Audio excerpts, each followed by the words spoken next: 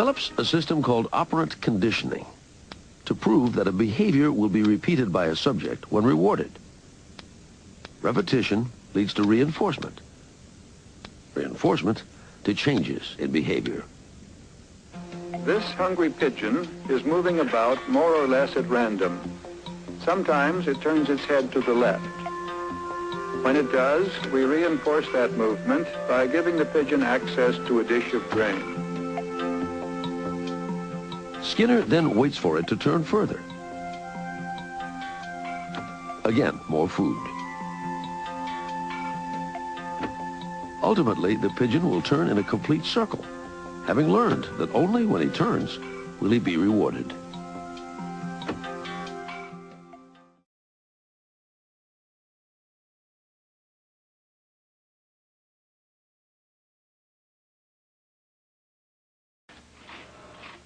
The two pigeons are at either end of a small ping-pong table. One pigeon pecks the ball as it comes toward him and knocks it toward the other pigeon.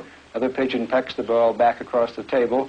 If it goes past one pigeon, the other pigeon can eat, and if it goes the other way, the other pigeon eats. So that there is it's a real game. The pigeon is reinforced for a cross-court shot if that is what gets the ball past his opponent. Burris Frederick Skinner was born in 1904 in a small railroad town in Pennsylvania.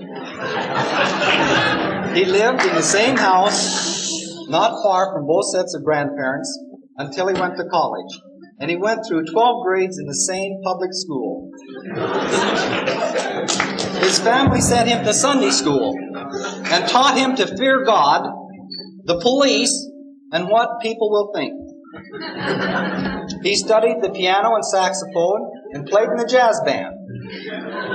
In his spare time, he explored the countryside, built all kinds of gadgets, and tried to design a perpetual motion machine. He majored in English literature at Hamilton College in New York. His father wanted him to study law, but agreed to let him try writing for a while. His efforts were not successful and left him disappointed in literature, but undecided about any other career. In college, he had studied biology, and a friend had told him, "Science is the art of the 20th century." While working in a Greenwich Village bookstore, he read Pavlov,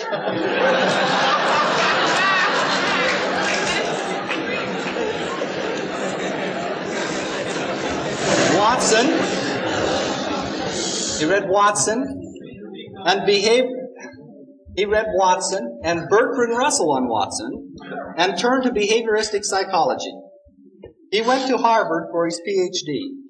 After teaching 9 years at Minnesota and 3 years as chairman of the Department of Psychology at Indiana, he returned to Harvard permanently. He lives in Cambridge with his wife, Eve. In 1938, he published The Behavior of Organisms, based upon the doctoral research that began his life work in the experimental analysis of behavior. Going beyond Pavlov, he studied so-called voluntary behavior, emphasizing the measurement of rates of response and the effects of contingencies of reinforcement. With his method, which he called operant conditioning, others could repeat and extend his experiments, and they did. 30 years later, hundreds of laboratories are studying operant behavior. Operant conditioning is used in studying the effects of drugs, training the mentally retarded, retraining psychotics and convicts, designing instructional devices and materials, and in behavior modification therapy. Skinner is the inventor of a teaching machine, the Skinner box for laboratory studies of animal learning, and the air crib used by his daughter Deborah and thousands of babies since, including his daughter Julie's 2 babies. His many articles and books include 2 bestsellers, the utopian novel, Walden 2 in 1948, and Beyond Freedom and Dignity in 1971. Both stirred up debate over the apparent conflict between Skinner's behaviorism and traditional humanism, a question Skinner will address tonight. He has received many honorary degrees and awards.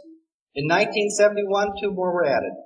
The Joseph P. Kennedy Foundation for Mental Retardation gave him their International Award. and the American Psychological Foundation awarded him their gold medal for a distinguished record of scientific and scholarly achievement. Critics like to point out how hard it is to see how simple laws of learning could account for Skinner's own remarkable behavior. Sky rats, sewer eagles, gutter falcons, millions of them, each one pecking up to 16,000 times a day, defecating up to 25 pounds a year, decorating our cars, our statues, even us. It seems they're always getting in the way. But take another look. Pigeons are one of nature's most successful creatures, thriving in almost every city and town, wherever we are. And pigeons are exceptional navigators, always finding their nests across the city or the continent. It's an internal drive scientists call homing.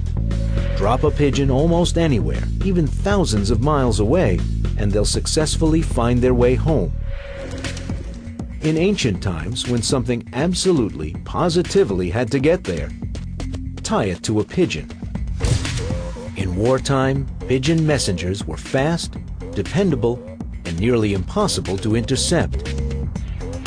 95% of pigeons used in combat successfully delivered their message. More reliable than radios on the battlefield. A World War I pigeon named Cher Ami took enemy fire in his chest and lost a leg. He still flew to headquarters, saving soldiers trapped behind enemy lines. Joining the ranks of over 30 pigeons awarded medals of valor during wartime. One key to a pigeon messenger's success: speed. To send a message 50 miles, a world-class runner needs almost 5 hours, and a horse almost 2 hours. But a pigeon? Less than 60 minutes. Sorting and accessing the vast amounts of data they're bombarded with demands another hidden power: memory. Research at Tufts University in Massachusetts aims to discover just how good pigeon memory is. Psychologist Bob Cook's been working with one special pigeon for 8 years. This is Linus, the master of memory, the pigeon of particulars. Knows up to 1,000 images. So this is the testing chamber that we use to study the intelligence of pigeons. Inside the chamber is a touch screen that the pigeon pecks at to let us know what he's doing. 2 food trays flank a touchscreen video display. Each picture releases food into one of the trays. Both will illuminate, but Linus must remember which tray is assigned to which picture. And he reliably does, for over 1,000 images, remembering to turn right or left depending on the picture. They're remarkable vision machines, they're remarkable memory machines.